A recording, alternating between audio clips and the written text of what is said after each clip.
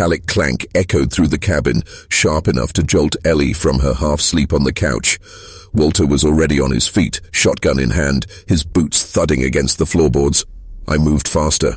The training never really left me. By the time Walter reached the kitchen, I had my pistol out and the back door in sight. The sound came again, the grind of metal links dragging, then snapping taut. I eased the curtain aside a fraction. My stomach went cold. The door wasn't just blocked.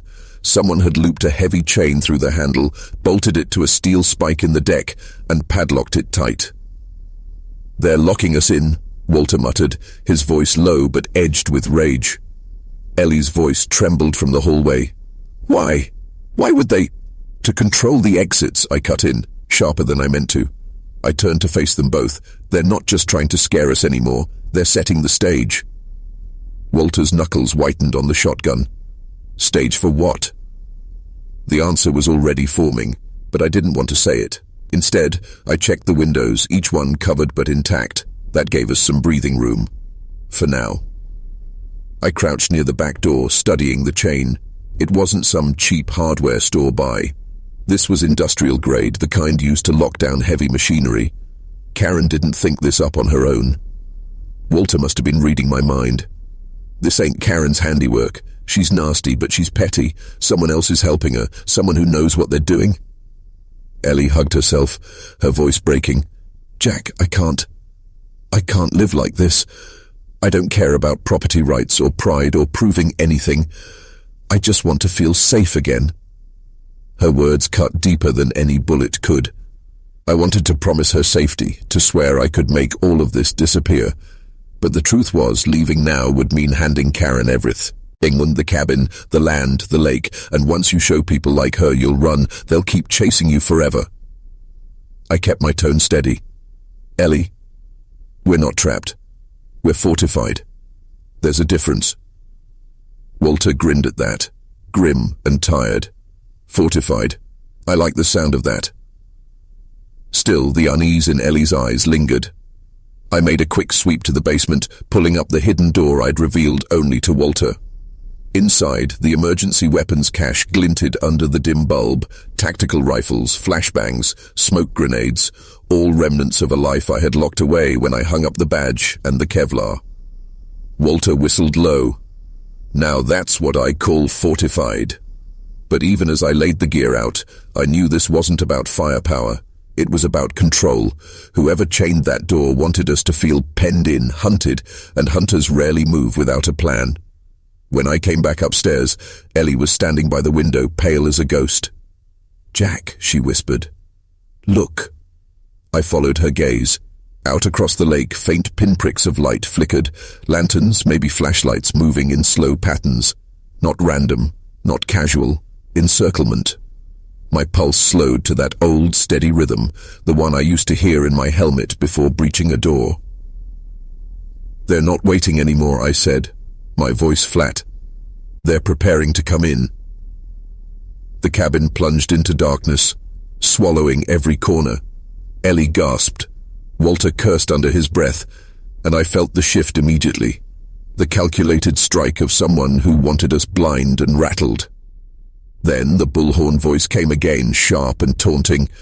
"Come on out, Jack. No need for anyone else to get hurt." The woods answered with silence, broken only by the steady ripple of the lake. But I could feel them out there, eyes on us, rifles leveled. I dropped to one knee, flicking the switch on a battery-powered lantern from the emergency stash. A soft red glow spread across the room, enough for us to see, not enough for them to spot us through the windows. "Ellie, stay low." "Walter, with me," I ordered, my tone slipping back into command mode. Ellie pressed herself against the wall, shaking. "Jack, please. They'll kill us." Walter gripped his shotgun, his jaw tight. "Let 'em try." I peeked through the edge of the curtain. The lanterns and flashlights I'd seen earlier were closer now, fanning out in a semicircle along the shore.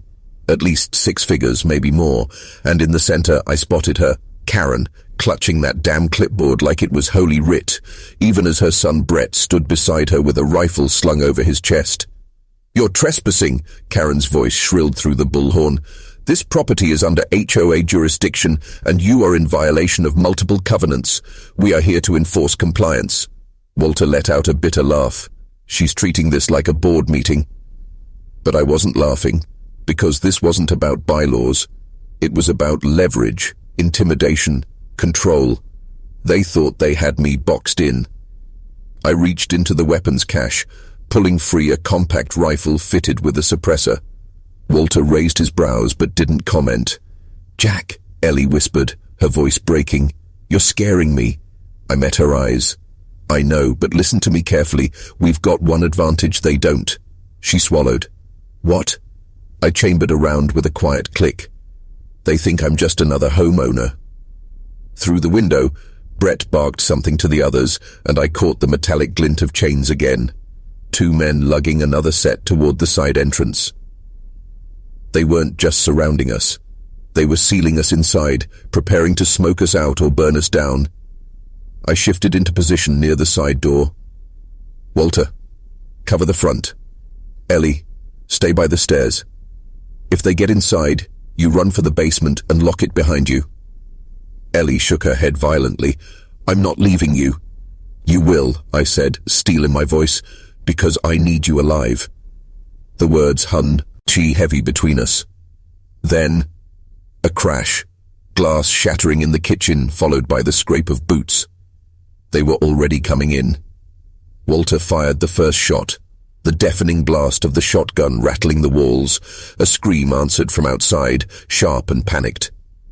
The siege had begun. The flare hissed as it landed, sparks scattering across the roof shingles like wildfire seeds. In seconds, the dry wood caught, flames licking upward, crackling hungry and bright against the night. Ellie screamed, shielding her face as embers rained down through the kitchen window. Walter pumped the shotgun again, teeth clenched. "They're trying to roast us alive," he shouted. No time to panic. Training kicked in. "Walter, keep them off the front porch. Ellie, wet towels, rugs, anything you can grab, douse them and press against the upstairs doors. We can slow the spread." I grabbed a fire extinguisher from the basement stash, sprinting up the stairs 2 at a time. Smoke already seeped through the ceiling beams, acrid and blinding. I pulled the pin and let the foam spray, white clouds swallowing the flames gnawing at the rafters. It slowed, but didn't die. Too much heat, too much kindling.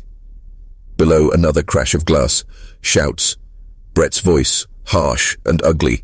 "Come out, Raina. You've got nowhere to go." I ducked back to the landing, coughing through my sleeve. Through the window, I saw shapes moving closer, bold now that they thought the fire would drive us out. But they had no idea. I slid down the stairs and opened the basement hatch.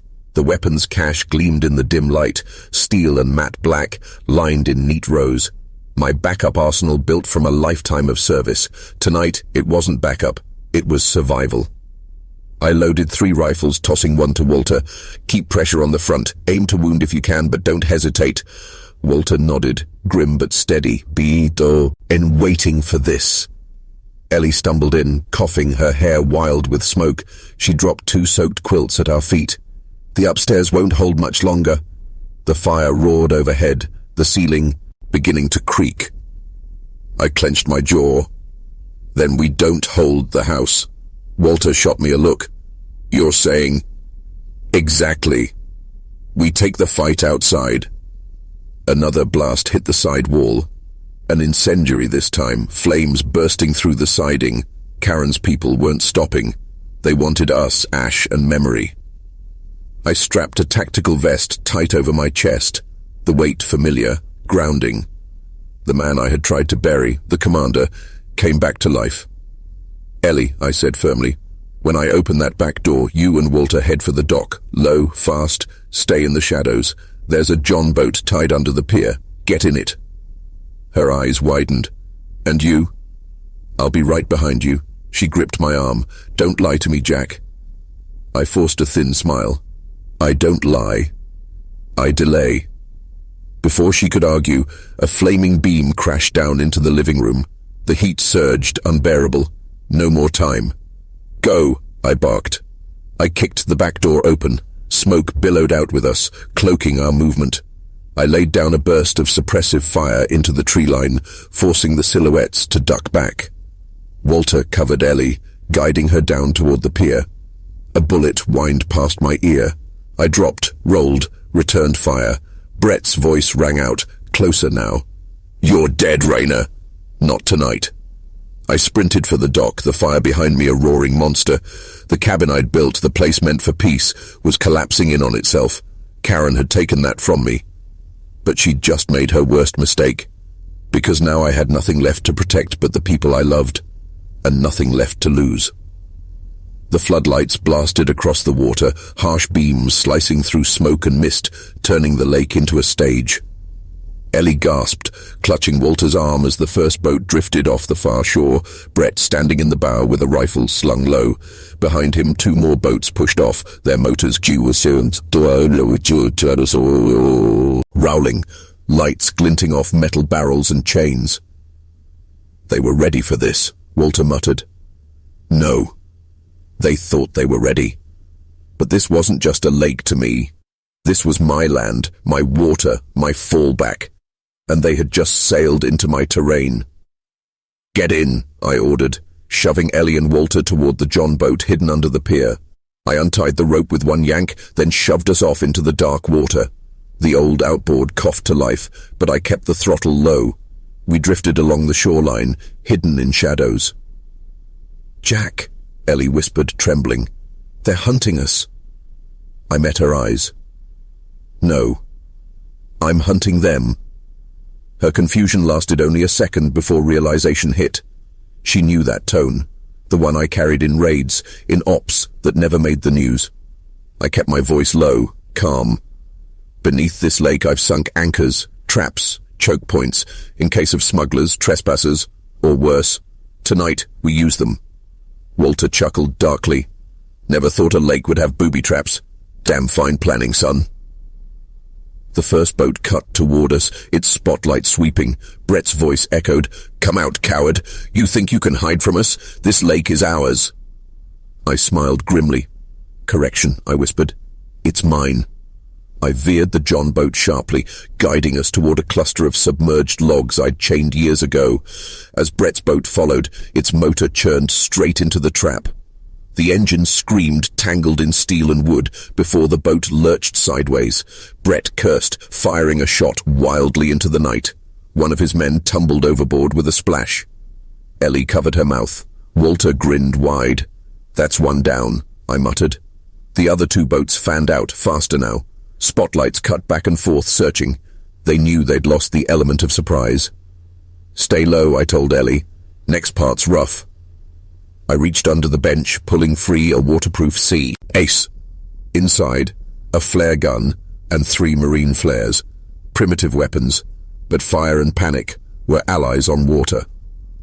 As the second boat swung close, I raised the flare gun high and fired. The flare hissed through the dark and landed right in the bow.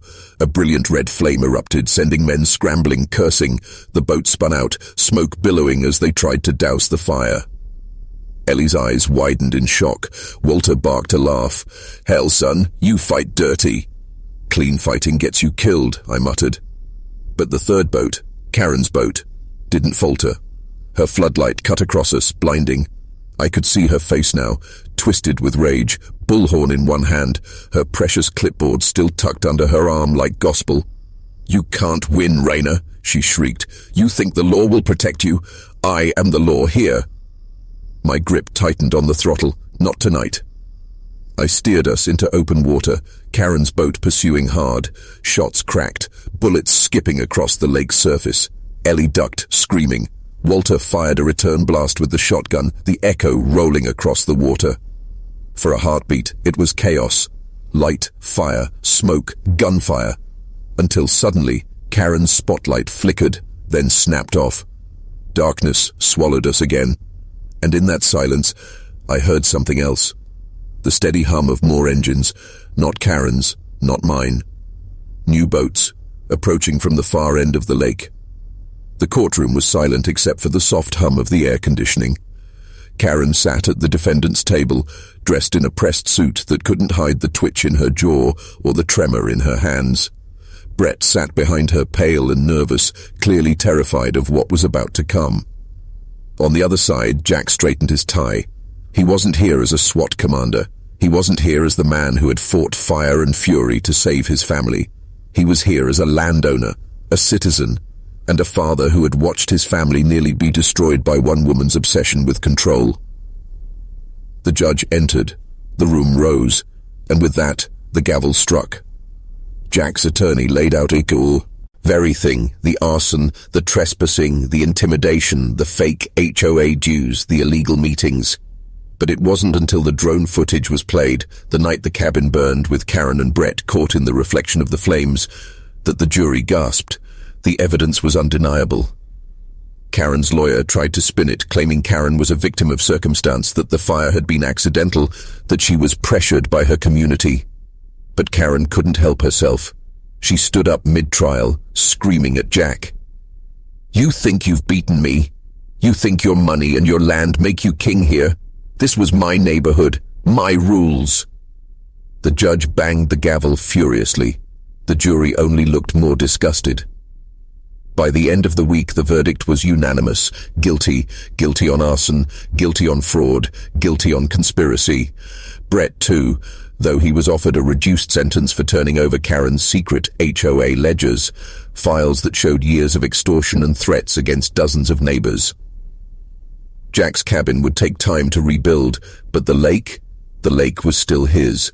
The community rallied around him, grateful someone had finally stood up to Karen's tyranny. And as she was led away in handcuffs, Karen glared at Jack one last time. But he didn't look back. He wasn't her victim anymore. He was the man who had burned her lies to the ground without striking a single match.